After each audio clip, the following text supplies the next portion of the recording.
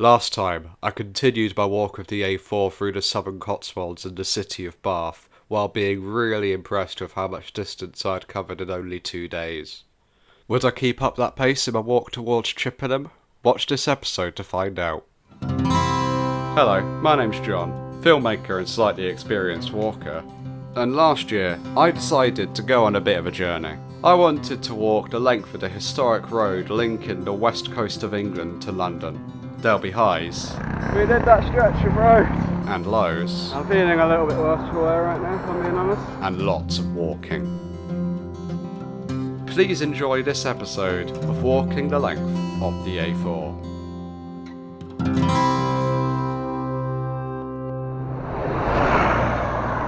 I think I might know where we are right now.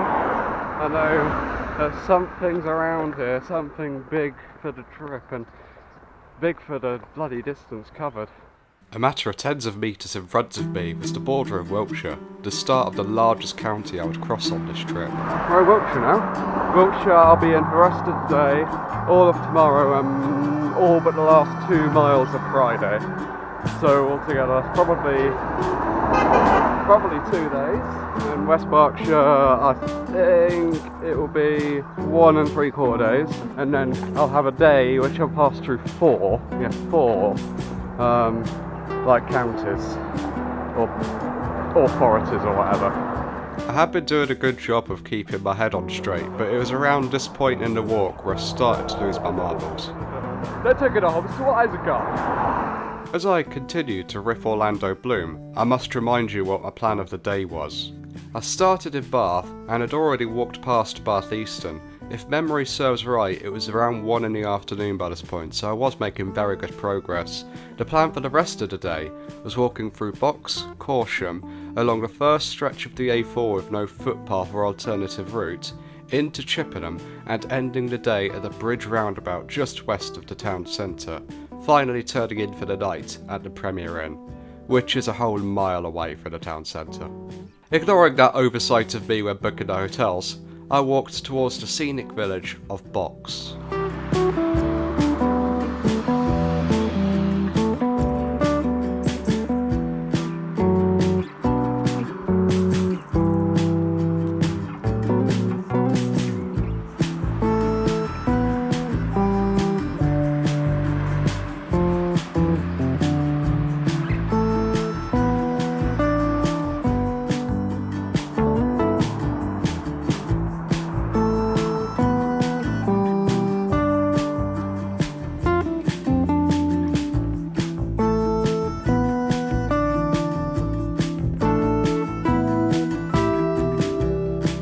Just 6 miles until we get to Chippenham now.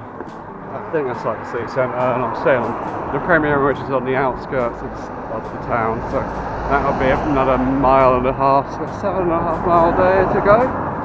That's not too bad. I think I can manage that.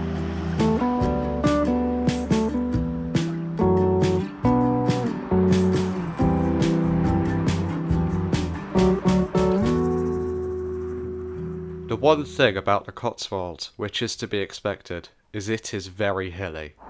Yeah, this is long and quite brutal. But I know that this is going to take me over the hills that I've been seeing since before Bath. What's the word? The steepness is another word for it, but the steepness is quite gradual. Incline, it's quite gradual. So it's not the worst hill I've ever had. In fact, I might go, I'll insert a clip here. I'll go out to my least favourite hill in this clip you're about to see. So the steepest hill I've ever walked down is here. Now this hill is located between Caversham Heights and Maple Durham, which actually, funny enough, I did on one of my test walks, but I never walked it. As in, I never walked it on the test walk, but I walked it once, up it once, and it almost killed me. Like, it's so steep. Even walking down it is still very steep. So I came all the way out here just for this one little scene. This isn't related to the actual walk of the A4, but I think one can tell I'm dedicated to this series when I travel to my least favourite hill, all based on an offhanded remark I made in one of over 1,500 clips I shot for this series. Anyway, I will now return to Western Wiltshire.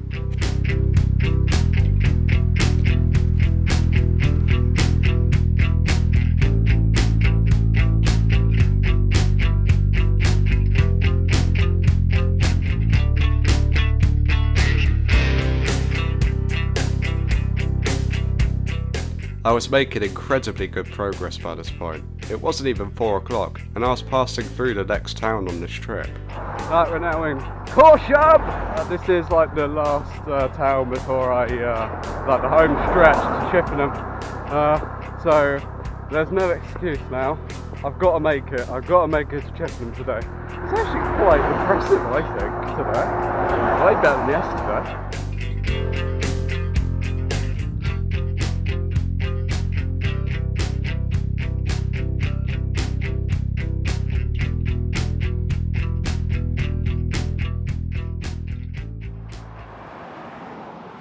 You may notice I haven't filmed that much since I went through Castleshire.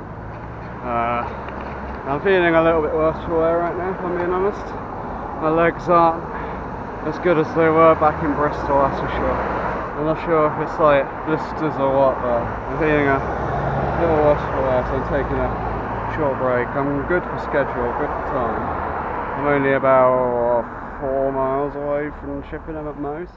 Prior warning, this won't be the only time that the walk would be a struggle in this series. I'm currently, by the way, at the very edge of Castleshire. It's got a little stretch of road where I get to the road which leads to Chippenham, which is probably about a mile and a half long road. You may notice I'm walking in the wrong direction. That's because there's no footpath further up here, so I've got to cross the road. So I'm about 15-20 metres away from where I took my little break. And I already made a fuck up of it. Anyway. It wasn't long before the footpath ran out for good. Okay, this is the part without the footpath. But you know what, I'm just going to push through it. I'm going to find a way to cross to the other side of the road. And I'm going to bloody walk along the grass. I think it's reasonable for me to have a bit here saying, if you have a choice, don't walk on a road like this. Walking down a 60 miles an hour road as busy as this with no footpath is incredibly dangerous. I only did it because 1, I thought it was safer than it actually was, and 2, as you can tell, I'm a little bit mad. Don't try this at home, or anywhere for that matter. We're currently walking without a footpath, walking through the grass. If I wanted to help out my feet and legs, this is not doing it, but if it's the only way, because I'm 30 or whatever miles in right now, I'm gonna carry on. Yeah, it's not comfortable, but what am I losing doing this? Although it is a bit hard to walk. Oh, this is so stupid, why am I doing this? They're speeding past me. They're going like 60 miles an hour and I'm going like 2 miles an hour.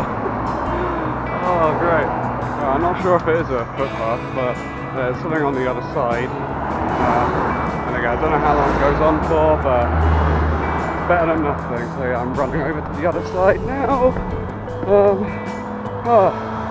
Right. Oh, that was exciting.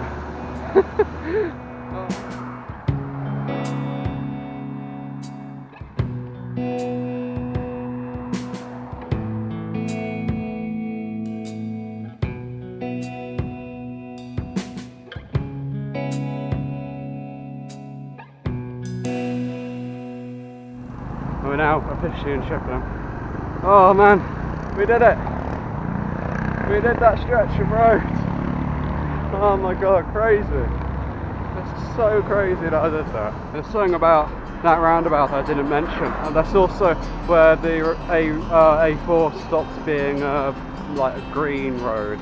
Like on the map, see like green and yellow. It stopped being that here, and it doesn't become that again until near Heathrow. So we've done most of the A4 trunk road. Now it's just more local. I'm not really sure how they define it. There's plenty of roads that are white and black that are busier than yellow and green ones, but it's quite an arbitrary special point of the A4. This sign there, 20 miles to Marlborough, 30 miles to Hungerford. 30 miles until I'm finishing my long bulk of the walk. Because Hungerford's where I'm going to go back to Reading, rest up for a few days, then continue on. There's 30 miles left. I remember when it said like 20 miles to Chippenham, well now I'm here. I remember it said like 30 miles to Marlborough. Now it's 2020, so I've done 18 miles since this time yesterday. Sadly, it's impossible to talk about this section of the A4 without also bringing up it's here where the memorial to Eddie Cochran is. It's at this point here that back in 1960 he was involved in a traffic collision which tragically took his life aged only 21. I'm really happy with the fact I've done like 13 miles-ish in just 5 hours 45 minutes. And I'm also gonna have dinner in town at Spoons and then head to the hotel because it's pointless going to the hotel, then going back to town for dinner and then going back because the Premier Inn's over a mile away. And I'll also need the rest for tomorrow. It's going to be a long day tomorrow. I'm putting a pin in the walk right here. I was hoping to do a little more of this road, but it's not got a footpath, but I'll do it tomorrow. You know, I've got tomorrow to do it. So right, let's go and get some dinner. Dinner that night was at the Bridge House, Wetherspoons. What else would it be? After sampling my first Godfather in over 2.5 years, I started the long walk to the Premier Inn, which is in the far north of the town. Acquiring my room key, I made my way to the room for the night. What's going on? Bugger. The first attempt I tried after I stopped filming, however, was successful.